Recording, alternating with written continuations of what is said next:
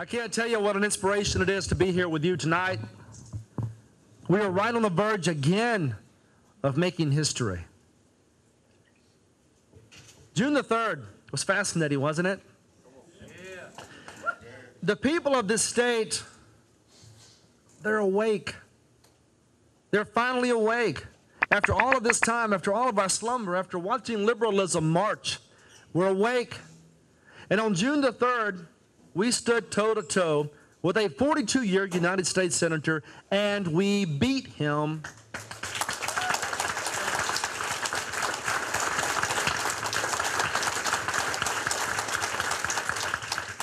And Washington, D.C. trembled. And then Virginia. Then Virginia stood tall.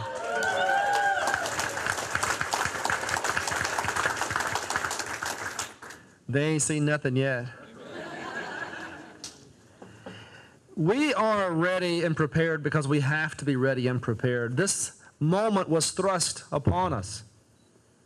That so often happens to the American experience, to the people of this country. So often we get a chance to set things straight again. Our founders certainly had an opportunity, didn't they? And they stood in the middle of so much uncertainty, and they fought, and they were successful. Later, the greatest generation and others have had their moment in time where they had to stand and be heard, to face tyranny, to insist on change. And they did. They fought and they were heard. I would not change places with any other generation. This is our moment. This is our time. And the entire country is watching Mississippi.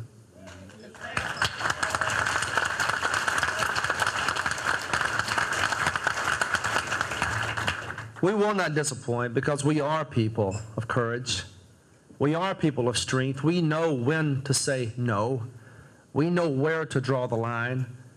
That's who we've always been. But Senator Cochran has been in Washington for 42 years. That is a long time. It's as long as I've been alive. Okay, maybe it's not that long. 42 years he's been there. Not once have I heard him raise his voice in defense of our Constitution. Not once. Not one time have I heard him raise his voice in defense of basic conservative values. And not a single time during the Obama administration has he stood to confront the most dangerous president in our history. That president has exceeded his constitutional boundaries. He has shunned the document. It is up to Congress to speak out. One would think the senator from the most conservative state in the republic would be speaking out. And the silence in that context is complicity. We have to find our warriors again. We have to find a way to engage again. Senator Cruz has demonstrated what courage can do on the floor of the Senate.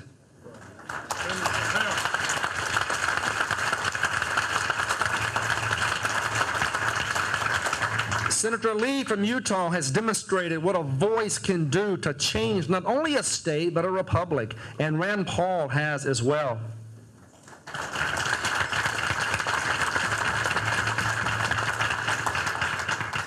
They need reinforcements. They need reinforcements, and that's what this race is about. Once again, we're called upon to save liberty in its hour of its maximum peril. Once again, you're called upon to do the right thing in the light of so much uncertainty and fear. Mississippians are not prone to disappoint. We certainly will not surrender. We will not run. June the 24th is a big day for us. It's a big day for the country, and that's why so many eyes are watching. Can you imagine how they must have felt on the morning of the 4th? All that money, all those attack ads, and they couldn't overcome the will of the people.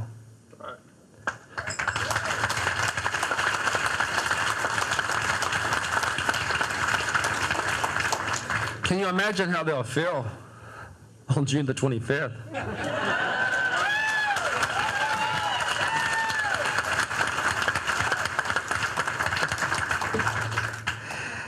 I tell people all the time how proud I am to be from this state, and indeed I am. I cannot think of a better place to start this fight from. And that is why so many people are coming to Mississippi. I was in Oxford the other day at a sporting goods store, and I ran into a lady from Wisconsin that had come down just to fight with us. Wisconsin. There are people from all across the country that are coming into the state as we speak to make a difference. Even Ron Paul was here Saturday. That's right. Now, you know you're getting somebody's attention when in consecutive weeks, Sarah Palin, Rick Santorum, and Ron Paul all agree on something.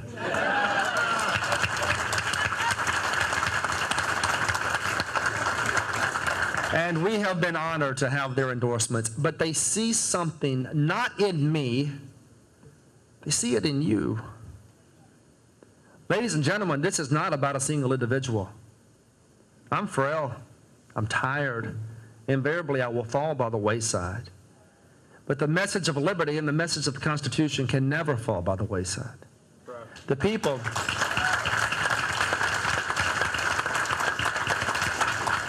The people have to embrace this message and move forward with it. And you have. And you will. And I'm just the beginning. There are politicians behind me. There are those in this audience that understand the importance of liberty, that understand the courage and conviction that's required. They're coming. But we got to knock the walls down first. We got to knock the walls down first. That's what this race is about. You are the tip of the spear. You are the change that's coming to Washington, D.C. You are the difference, not me. No politician can do this. It's the people or it's nothing. That's right. Come on.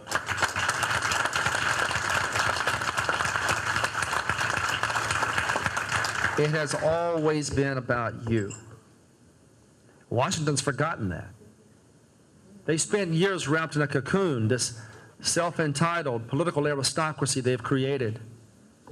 Backroom deals and compromises, steak dinners and fancy affairs. Whatever happened to the people? Whatever happened to us? They won't return our phone calls. They won't write us back. They won't be principled. They won't stand for our convictions. What about the people? Come on. It's always been our government. That's the point. The consent of the governed.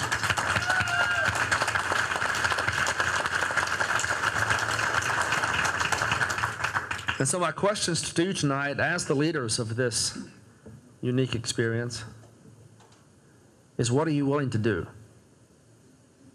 How far are you willing to go? Your country is demanding that you defend your principles again, that you fight again. Will you be men and women of courage? Yes. When you go out to stand for your belief system, when you engage your government, whether it be local, state, or federal, they will mock you. They will ridicule you, and you'll have to stand nevertheless. Will you be men and women of judgment, recognizing that these great movements begin in small rooms just like this, and they spread like wildfire? You feel it, don't you? You feel the energy everywhere you go. You know what's about to happen. Washington knows what's about to happen. Judgment means something, and here's what it means. You see this young lady right here in the front? She reminds me of my children.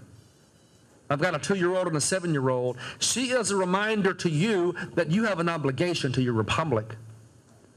Judgment means more than the perception of what your actions do today. It means what will your actions accomplish 10 years from now. Right. This young lady needs you to engage today. Come on. My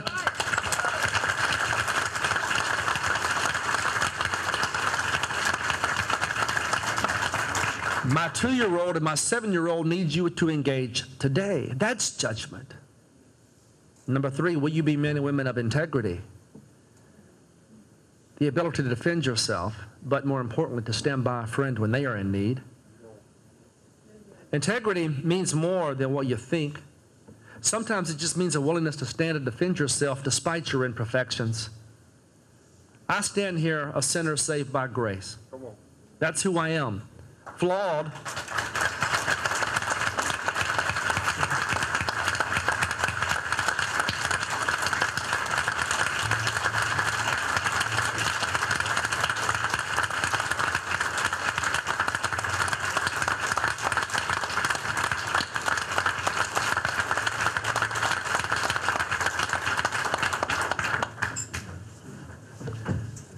I am flawed beyond recognition. I recognize this and I ask for forgiveness each night. I feel guilt each night. But sometimes, Christians especially, we feel as though because we're imperfect, we can't engage the system. They whisper to us, you can't see that. Look at your past. Of course you can see it. Ignore your past. Fight. Don't let your imperfections get in the way of your duty to your country and your families.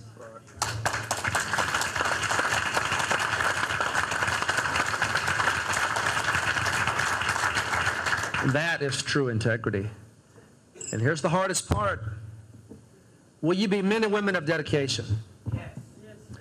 The liberals have had their way with our foundations for many, many years. For 70 years, like waves against our foundation, they have eroded the bedrock of this country. They have changed our Constitution before our very eyes. They have mocked our God and our values before our very eyes. And for 70 years, we sat silent in the face of that opposition. And tonight we say no more, but we have to remember, we won't win this fight overnight. Don't lose hope. Don't despair. They want you to despair. They want you to lose hope. They want you to stay at home. They don't want you engaged in the system. And they'll say anything to shake your confidence. You don't let them shake your confidence. You'll fight for the dedication. It's a long time coming, but the fight begins tonight. It begins with you tonight in this room. When you leave here, what will you do? Don't ask me what I'm going to do for you. What will you do for your country? That's right. What will you do?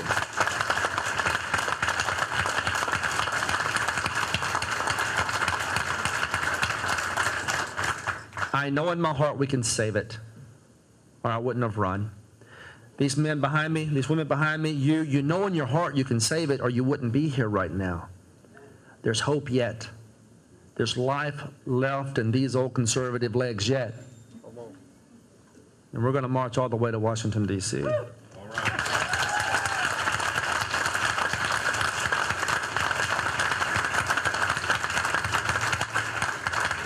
I'm just going to wrap up with this, and we'll let the rest of the speakers go because I know they're wanting me to sit down now.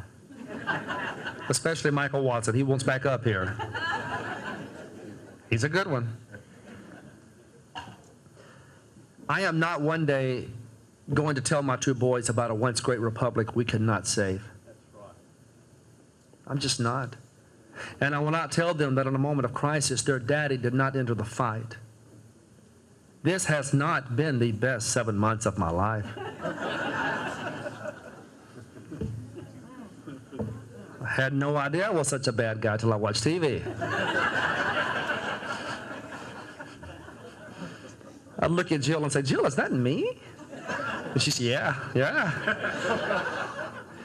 I guess the best story was one night. Have you seen the one about Hurricane Katrina relief on the coast? Now, you all know the truth about that now. We've kind of gone through that a few times, and it was a 21-minute interview, and they used 1.2 seconds of it. Now, you do know I support Katrina disaster relief, right? Say yes, yes. All right, okay. Well, there's a commercial that's very dark and foreboding. It's very, very bad. You've probably seen it 10,000 times down here. And it ends like this. It says, you just can't count on Chris McDaniel. Can you imagine coming in to see my 7-year-old saying, yes, you can. Yes, you can. But you know what? Every blow they've given me, every cut they've made, every name they've called, it's worth it. It's worth it. We're in a fight. Fights are supposed to hurt. You got to take the shots, right? You're going to take them with me, aren't you? Come on. All right.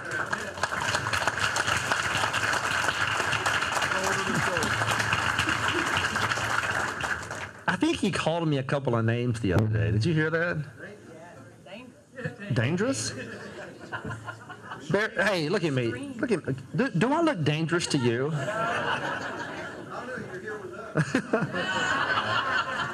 That's true, Paul.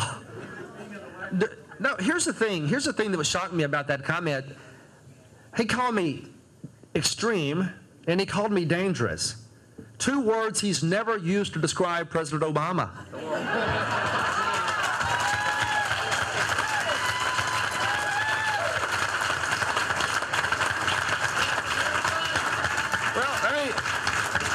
No. He wants to pick on a two-term state senator, right? But the president gets a free pass, and I understand that. They vote together a lot. I'm sure they're friends.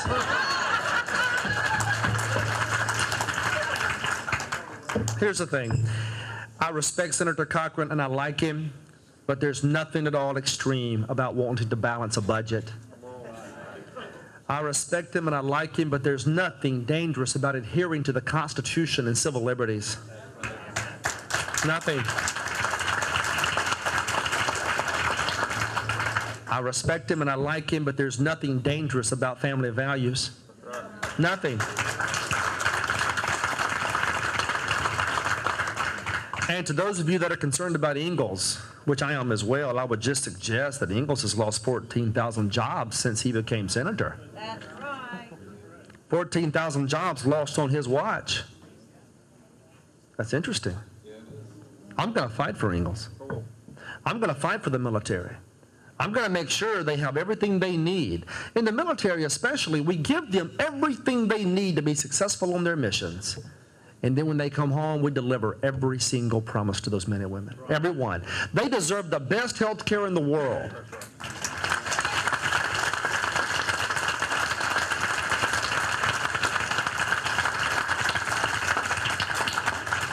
And that's exactly what we're going to deliver. Let me just wrap up by saying this. We have a positive agenda for this state. We are going to fight for this state.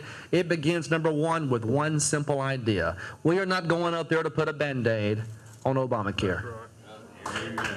Right?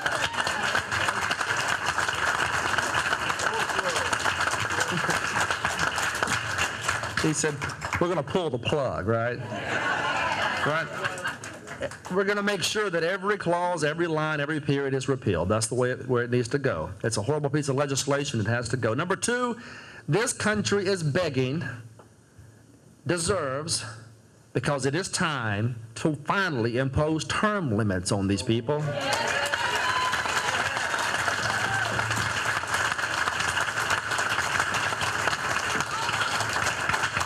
Career politicians are bankrupting this country, and Washington has to be refreshed from time to time, and that's exactly what we're going to do. We're going to refresh it. I think 2 terms for a senator is plenty. I think 3 terms for a House member is plenty.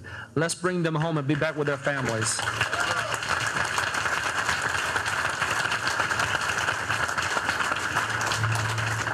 Number 3, we have got to have dramatic tax reform.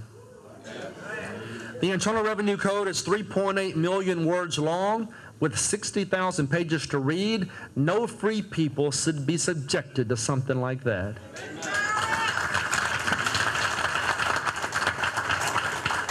We are going to flatten it.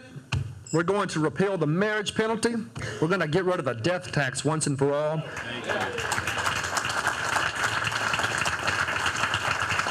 And we're going to reduce the world's highest corporate income tax.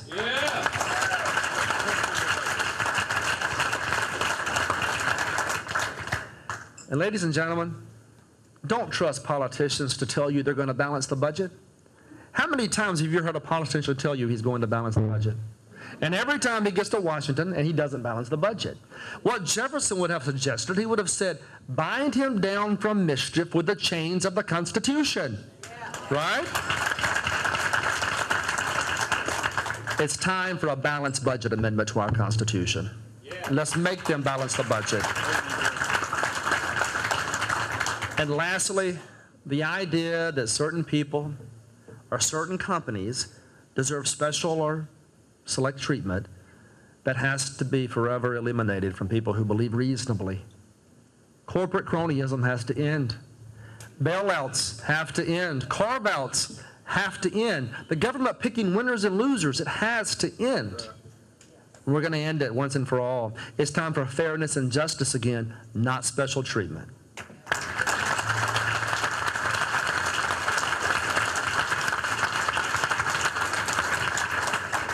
And one more platform piece. We are going to defend traditional social values. We are.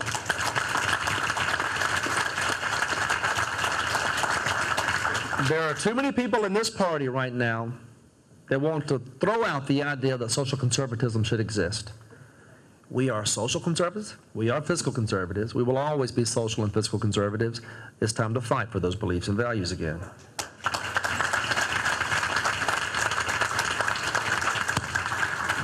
This is our fight. This is our generation's fight. It's bigger than me. It's bigger than Thad Cochran.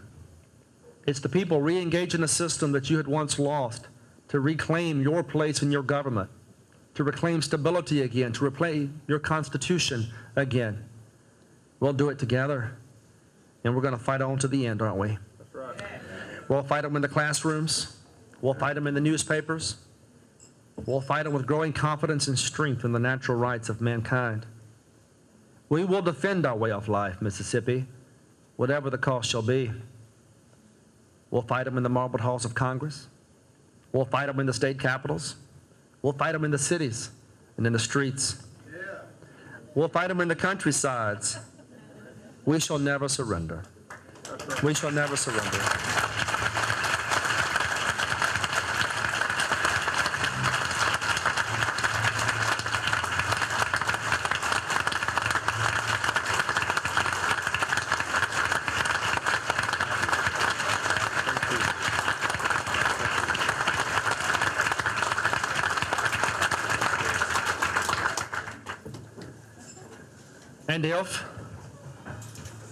And if, for which I did not for a moment believe that this republic or a large part of it were subjugated and without its liberty, then I would trust the people, perhaps your generation, dear, beyond the halls of power, armed and guarded by their Constitution and a new spirit of resistance, would carry on the struggle until in God's good time, with all its power and might, a new beginning steps forth to deliver us from the old. This is your fight, conservatives. If necessary for years, if necessary alone. You inherited the greatest country in the history of the world, an oasis amid a desert of barbarism and cynicism. We Mississippians have a responsibility to keep it that way.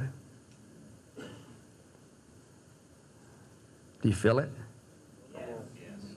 Yeah. On the 24th, they'll all feel it. God bless you. Thank you. Thank you very much.